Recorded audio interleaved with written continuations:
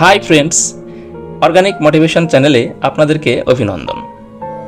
কে না ধনী বা অধিক সম্পদের মালিক হতে চাই, কিন্তু ধনী হওয়া সবার পক্ষে সম্ভব হয় না। পরিশ্রম সফলতার চাবিকাঠি হলেও শুধু পরিশ্রম করেই ধনী হওয়া সম্ভব নয়। যদি তাই হতো তাহলে গাধা সারাদিন পরিশ্রম করে এতদিন গাধাই থাকতো না, আর সিংহ সারাদিন ঘুম পেড়ে বনের রাজা হতে পারত না। কি বলেন আপনারা? ধনী হওয়ার জন্য সাধারণত একাধিক চাকরি বা ব্যবসা করে শুধু প্রচুর অর্থ উপার্জন করার প্রয়োজন হয় না, বরং উপার্জিত অর্থ বা সম্পদের কৌশলগত পরিকল্পনা, স্মার্ট বিনিয়োগ এবং সঠিক ব্যবস্থাপনার প্রয়োজন। যাই হোক বন্ধুরা, আজকের ভিডিওতে ধনী হওয়ার জন্য অত্যন্ত গুরুত্বপূর্ণ 10টি পদক্ষেপ নিয়ে আলোচনা করতে যাচ্ছি। পৃথিবীতে যারা ধনীর দিক থেকে প্রথম সারিতে আছেন, যেমন Bernard Arnault, Jeff Bezos, Bill Gates, Elon Musk, Larry Ellison, ভারতের মুকেশ আম্বানি থেকে শুরু করে রতন টাটা, এসব ব্যক্তিদের ক্ষেত্রে এই 10টি পদক্ষেপ মেনে চলতে দেখা গেছে। এই 10টি পদক্ষেপের মধ্যে যে বিষয়টিকে সবাই অধিক গুরুত্ব সহকারে করেছেন সেটি হলো অর্থ উপার্জন করা নয়, বরং অর্থের যথাযথ ব্যবহার, বিনিয়োগ ও ব্যবস্থা করা। তো চলুন এবার দেখি ধনী হওয়ার ক্ষেত্রে কোন 10টি বিষয়ে তারা অধিক গুরুত্ব দিয়েছেন, এবং আজ থেকে আমি, আপনি সবাই ব্যক্তিগত জীবনে চেষ্টা করে দেখি সে বিষয়গুলো আমাদের মতো করে মেনে চলতে পারি কিনা। তার আগে ভিউয়ার্স, যদি চ্যানেলটি সাবস্ক্রাইব না করে থাকেন তাহলে অবশ্যই চ্যানেলটি সাবস্ক্রাইব করবেন এবং বেল বাটন অল করে দেবেন, যাতে পরবর্তীতে এরকম যে কোনো মোটিভেশনাল ভিডিও আপনার কাছে খুব সহজেই পৌঁছে যায়। নাম্বার 1, বিজ্ঞতার সাথে বিনিয়োগ করা। বিজ্ঞতার সাথে বিনিয়োগ করা হলো ধনী হওয়ার নাম্বার 1 পলিসি। তার মানে হলো বিনিয়োগের বিভিন্ন পদ্ধতি সম্পর্কে নিজেকে আগে থেকে শিক্ষিত করা এবং সময়ের সাথে সাথে সম্পদ বৃদ্ধির জন্য সচেতন সিদ্ধান্ত নেয়া।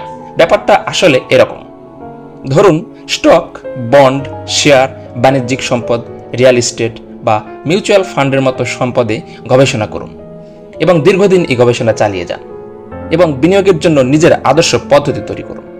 এরপর বিনিয়োগ করুন, যা আপনাকে দীর্ঘমেয়াদী সম্পদ বৃদ্ধির সম্ভাবনা নিশ্চিত করবে।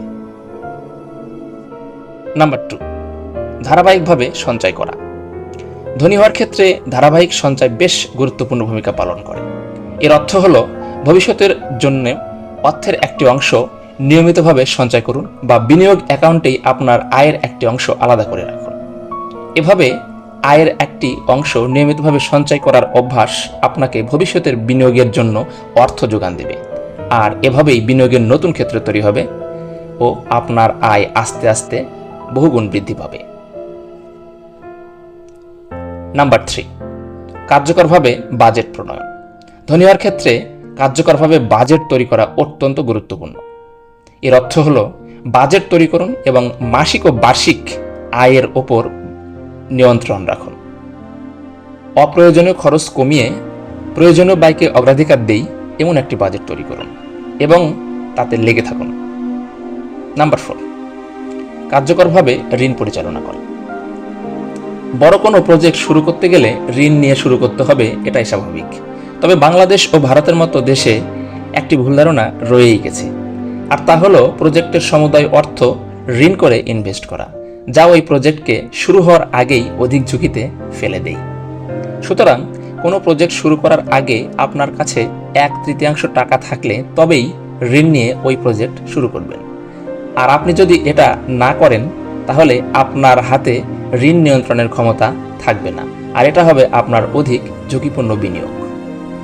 তাছাড়াও উচ্চ সুদের ঋণ গ্রহণ করা এড়িয়ে চলুন এবং আর্থিক বোঝা কমাতে ও সামগ্রিক আর্থিক স্বাস্থ্যের উন্নতি করতে বিদ্যমান ঋণ পরিশোধকে অগ্রাধিকার দিন। অধিকাংশ ধনী ব্যক্তি সঞ্চয়ের পাশাপাশি ঋণ পরিশোধকে সর্বোচ্চ প্রাধান্য দিয়েছেন। নাম্বার 5, দীর্ঘমেয়াদী চিন্তা করা। দেখুন, এই পৃথিবীতে শর্টকাটে কোনো কিছু সাময়িকভাবে করা গেলেও সেটা স্থায়ী হয় না, আর এজন্য সম্পদ বৃদ্ধি করতে দীর্ঘমেয়াদী চিন্তায় পৃথিবীর সকল সফল ব্যক্তিরা বেছে নিয়েছে। ধনী হওয়ার জন্য এটা অত্যন্ত কার্যকরী একটি পদক্ষেপ। এর অর্থ হলো দ্রুত ধন সম্পদ খোঁজার পরিবর্তে দীর্ঘমেয়াদী সম্পদ আহরণের উপর দৃষ্টি নিবদ্ধ করে একটি মানসিকতা গড়ে তুলুন এবং আপনার আর্থিক পদ্ধতির উপর ধৈর্য ধারণ করুন ও শৃঙ্খলাবদ্ধ হন। এমন কিছু ক্ষেত্রে ইনভেস্ট করুন যেখান থেকে আপনি দীর্ঘদিন সুফল পেতে পারেন। এক্ষেত্রে আপনি ল্যান্ড প্রপার্টি কিনে রাখতে পারেন। নাম্বার 6, খরচ নিয়ন্ত্রণ করা। প্রয়োজনে খরচ ও অপ্রয়োজনীয় খরচ এড়িয়ে চলা। এই থিওরি মেনে চলুন। অপ্রয়োজনীয় কেনাকাটা এড়িয়ে আপনার খরচ নিয়ন্ত্রণে রাখুন এবং আবাসন, ইউটিলিটি ও বীমার মতো প্রয়োজনীয় খরচের বিষয়ে আরও সচেতন হন।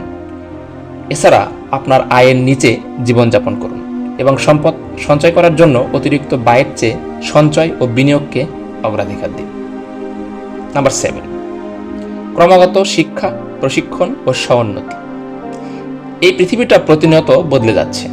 আজকে যা আছে কালকে সেটা নাও থাকতে পারে। অতএব নিজেকে কালকের জন্য তৈরি করতে হবে।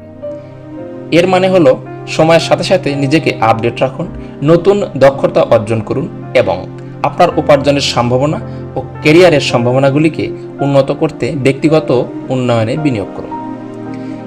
নিজেকে শিক্ষিত করার শেষ নেই, আর এজন্য পৃথিবীতে প্রায় 70% ধনী ব্যক্তি তার বয়স 60 বছর পার হওয়ার পরে তবেই তার মোট সম্পত্তির 70% অর্জন করেছে। আর এই তথ্য আমরা বেশ কিছু সফল ব্যক্তির জীবনী থেকে সংগ্রহ করেছি। নাম্বার 8, নেটওয়ার্ক এবং সম্পর্ক উন্নয়ন। বর্তমান পৃথিবীটা গ্লোবালাইজেশনের যুগে প্রবেশ করেছে। একটা কথা প্রচলিত আছে, আপনি যদি অনেক সময় হাঁটতে চান তাহলে আপনি একা হাঁটুন, আর আপনি যদি অনেক দূর পর্যন্ত হাঁটতে চান তাহলে আপনি অন্যকে সঙ্গে নিয়ে হাঁটুন। এর অর্থ হলো আপনার প্রতিষ্ঠান কেন্দ্রিক সফল ব্যক্তিদের সাথে নেটওয়ার্ক বা সম্পর্ক গড়ে তুলুন, যারা পরামর্শ দিতে পারেন ও আপনার কাছ থেকে পরামর্শ নিতেও পারেন। প্রয়োজনে অন্তর্দৃষ্টি, বুদ্ধি ও অগ্রগতির জন্য সম্ভাব্য বিনিয়োগের সুযোগ দিতে পারে। এভাবে সমৃদ্ধির প্রক্রিয়াটি উপভোগ করুন এবং সহযোগিতা ও অপেক্ষাযোগ্য নেটওয়ার্ক তৈরি করুন। নাম্বার 9, দান করা ও বিশ্বস্ততা অর্জন করা। দান মানুষকে সমাজে ব্যাপক পরিচিতি, যশস্বী, সুনামী, খ্যাতিবান ও ক্ষমতাশালী করে তোলে। বছরে একটা নির্দিষ্ট পরিমাণ অর্থ দান করার অভ্যাস করুন। এই দানের মাধ্যমে আপনার সম্পদ কমবে না, বরং আপনি সমাজের বিভিন্ন ক্ষেত্রে বিশ্বস্ততা অর্জন করতে পারবেন। তবে অন্যদের সাহায্য করুন এবং সমাজের সাথে আর্থিকভাবে সর্বোচ্চ চূড়ায় অবস্থান করুন। নাম্বার 10, সুশৃঙ্খল ও ধৈর্যশীল হওয়া ও শরীরচর্চা করা। দেখুন, শরীর যদি সুস্থ না থাকে তাহলে প্রচুর সম্পদ ও ধনী হয়েও কোনো লাভ নেই, কেননা দিন শেষে আপনি এগুলো কোনোটাই উপভোগ করতে পারবেন না। এজন্য সুশৃঙ্খলতা, ধৈর্যশীলতা ও শরীরচর্চার অভ্যাস গড়ে তুলুন। এই পৃথিবীতে শর্টকাট বলতে কিছুই নেই, তাই সম্পদ সঞ্চয় করতে সময় লাগে এবং এক্ষেত্রে শৃঙ্খলতা, ধৈর্যশীলতা, অধ্যবসায় অত্যন্ত জরুরি বিষয়। ধনী হওয়ার পথে আপনার পদে পদে বাধা, বিপত্তি ও প্রতিকূল অবস্থা আসবে, কিন্তু আপনি ভাঙবেন তবু মস্কাবেন। এই থিওরি আপনাকে অনুসরণ করে এগিয়ে যেতে হবে। আপনার দীর্ঘমেয়াদী আর্থিক উদ্দেশ্যগুলিতে মনোনিবেশ করুন এবং চ্যালেঞ্জ বা বাধা সত্ত্বেও আপনার সম্পদ নির্মাণের কৌশলগুলিতে প্রতিশ্রুতিবদ্ধ থাকুন। সফলতা একদিন আসতে বাধ্য।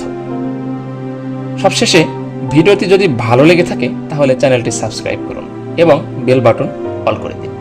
ধন্যবাদ।